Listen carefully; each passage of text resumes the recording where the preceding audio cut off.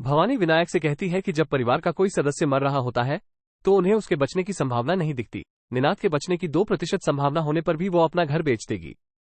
सावी का कहना है कि घर बेचने की कोई जरूरत नहीं है, वो ट्रस्ट अस्पतालों से बात कर रही है और कुछ दिनों में निनाद को वहां प्रवेश दिला देगी। भवानी का कहना है कि उनके पास ज्यादा समय नहीं है।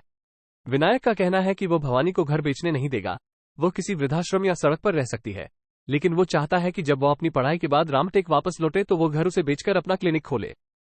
सावी ने उसे अपनी जुबान पर ध्यान रखने की चेतावनी दी। विनायक ने उसे चुप रहने की चेतावनी दी और भवानी के साथ अपना दुर्व्यवहार जारी रखा, जिससे भवानी सदमे में आ गई। सावी ने उसे एक जोरदार थप्पड़ मारा। विनायक चिल्लाता है कि उसकी हिम्मत कितनी है। ईशा इंटरव्यू रूम से बाहर निकल जाती है। शांतनु पूछते हैं कि क्या उन्हें पता है कि उन्होंने अभी क्या किया और समझाने की कोशिश करते हैं। ईशा अपने सामान्य आत्ममुगत स्वभाव के साथ पूछती है कि क्या उसने ईशान को उम्मीदवारों के साथ दुर्व्यवहार करते नहीं देखा, तो वो उसे ऐसा करने नहीं दे सकती। निशिकांत कहते हैं कि लोग सही कहते हैं कि यह कलयुग है जहां एक मां खुद अपने बेटे को परेशान कर रही है। ईशा कहती है कि वो जानती है कि वो उसे पसंद नहीं करता। निशि कहती है कि यह उसे पसंद करने या न करने का सवाल नहीं है, ये ईशान का सवाल है। क्या वो जानती है कि अभी उसने किसका इंटरव्यू लिया और उसका समर्थन किया। शांतनु का कहना है कि वो रीवा मराठे थी जिसने सखारपुड़ा सगाई से पहले ईशान को छोड़ दिया था। ये सुनकर ईशा हैरान रह जाती है। निशि का कहना है कि रीवा 2 दिन पहले कॉलेज आई थी और फिर ईशान को परेशान करने के लिए घर आई। ईशान इससे भावनात्मक रूप से परेशान है और उसकी हालत का कारण उसकी अपनी मां बन गई। शांतनु पूछते हैं कि क्या रीवा उनके घर आई थी। निशि कहती है हाँ। शांतनु को कैसे पता चलेगा जब वो घर पर नहीं रहेगा। वो पूछते हैं कि वे कैसे माता पिता हैं जो अपने ही बेटे का दर्द बढ़ा रहे हैं। ईशा का कहना है कि उन्हें इसके बारे में नहीं पता था।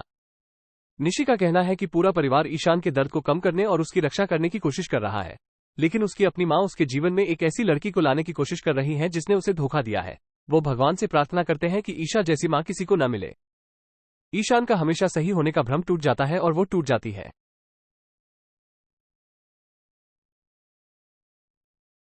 सावी का कहना है कि विनायक का कृत्य थप्पड़ के लायक था। उसने सोचा कि ईशा पर हमला करवाना उसकी गलती थी, लेकिन उसने उसे गलत साबित कर दिया। ये सुनकर भवानी हैरान हो जाती है और पूछती है कि अगर उसने ईशा पर हमला करवाया तो उसने ऐसा क्यों किया। सावी का कहना है कि विनायक ईशान के हमले की योजना में शामिल था। विनायक का कहना है कि यह समृद्ध और मंदार की योजना थी। सावी का कहना है कि वो उनका समर्थन कर रहे थे। बड़ी आजी ने अपनी फीस अजोबा की सेवानिवृत्ति के पैसे से चुकाई, उन्हें इसका सम्मान करना चाहिए। विनायक ने उसे उसका सम्मान करने की चेतावनी दी क्योंकि केवल वही अजोबा का इलाज कर सकता है।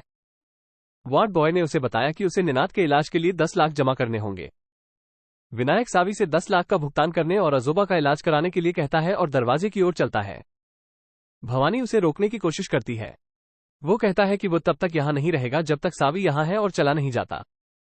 भवानी सावी को डांटती है और कहती है कि अब विनायक उनकी मदद नहीं करेगा।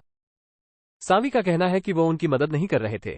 10 लाख में से 4,000 रुपए की छूट कोई मदद नहीं है और इसके अलावा वो अजोबा के इलाज पर खर्च करने के खिलाफ थे। उनके पास अजोबा के इलाज के लिए एक विचार है।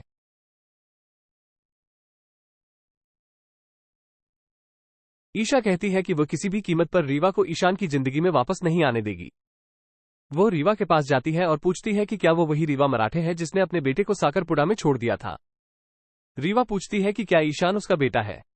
ईशा कहती है कि ईशान उसका बेटा है और पूछती है कि वो ईशान को क्यों परेशान कर रही है। रीवा कहती है कि वो ईशान से प्यार करती है और उसे कभी चोट नहीं पहुंचा सकती। ईशा कहती है कि किसी को दुख पहुंचाना प्यार नहीं है। रीवा कहती है कि क्या वो गलत नहीं है। ईशा ने भी ईशान को तब छोड़ दिया था जब वो बच्चा था और कारण जो भी हो, उसने दोबारा उससे संपर्क करने की कोशिश नहीं की। ईशा उससे कहती है कि वो उससे अपनी तुलना न करे। रीवा का कहना है कि वो तुलना नहीं कर रही हैं और कहती हैं कि कई बार चीजें वैसी नहीं दिखती जैसी वे दिखना चाहती हैं। उनमें एक बात कॉमन है कि वे ईशान की जिंदगी में वापसी करना चाहते हैं। ईशा का कहना है कि रीवा ने झूठ बोला था कि उसे पढ़ाना पसंद है। रीवा कहती है कि उसने झूठ नहीं बोला और उससे अनुरोध किया कि उसे साक्षात्कार से बाहर न निकाला जाए। ईशा कहती है कि रीवा की किस्मत अच्छी है कि वह अपने अंक नहीं बदल सकती, लेकिन वो नहीं चाहती कि रीवा फिर से ईशान को परेशान करे और उसने आज जो किया उसके लिए वो रीवा को कभी माफ नहीं करेगी।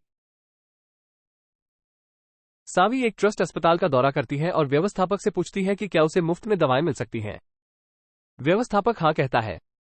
वो पूछती है कि क्या वो अपना अजोबा इस अस्पताल में स्थानांतरित कर सकती है। एडमिन का कहना है कि कोई बिस्तर उपलब्ध नहीं है और सर्जरी का शेड्यूल 2 सप्ताह तक पूरा हो चुका है। वो पूछती है कि क्या वो अपना अजोबा यहां ला सकती है। वो कहता है कि वो देख सकती है कि क्या उसे गलियारे में जगह मिल सकती है। वो गलियारे तक जाती है और वहां कई मरीजों को लेटे हुए देखती है। वो अपने दोस्त को फोन करती है और उसे उसके फोल्डेबल बिस्तर, आम के कार्टून, हथौड़ा और कुछ कीले उसके भेजे गए पते पर लाने के लिए कहती है। साक्षात्कार के बाद ईशा ईशान से पूछती है कि क्या वे दोपहर का भोजन कर सकते हैं और उसे उससे बात करने की जरूरत है। वो इंटरव्यू के बारे में पूछता है, वो पर्सनल कहती है। ईशान वहां से चला जाता है। वो चौकीदार के पास पहुंचता है और अपना कर्तव्य निभाने में विफल रहने के लिए उसे डांटता है और पूछता है कि बार बार चेतावनी देने के बाद भी उसने रीवा को अंदर क्यों जाने दिया। वॉचमैन का कहना है कि उसने उसे 2 बार बाहर भेजा, लेकिन पता नहीं वो दोबारा कैसे अंदर आ गई। एक शिक्षक ने उसे सूचित किया कि यह चौकीदार की गलती नहीं है, बल्कि सावी की गलती है जिसने रीवा को कॉलेज के अंदर लाया। ईशान को याद आता है कि सावी उसे एक लड़की से मिलवाने की कोशिश कर रही थी और सोचता है कि यह सावी की गलती है। सावी अस्पताल के गलियारे में एक बिस्तर स्थापित करती है और आम के कार्टून बॉक्स की लकड़ी से बाड़ बनाती है। वो इसकी तस्वीर हरिणी को भेजती है और उससे अजोबा को वहां स्थानांतरित करने के लिए कहती है। हरिणी ने भवानी को सूचित किया कि सावी ने एक अलग अस्पताल में अजोबा के लिए एक बिस्तर और मुफ्त इलाज की व्यवस्था की है। ईशान सावी को फोन करता है और उसे तुरंत कॉलेज पहुंचने के लिए कहता है। सावी कहती है कि वो नहीं कर सकती, वो अपने निजी काम में व्यस्त है।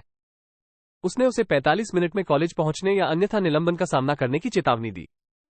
सावी सोचती है कि ईशान को क्या हुआ।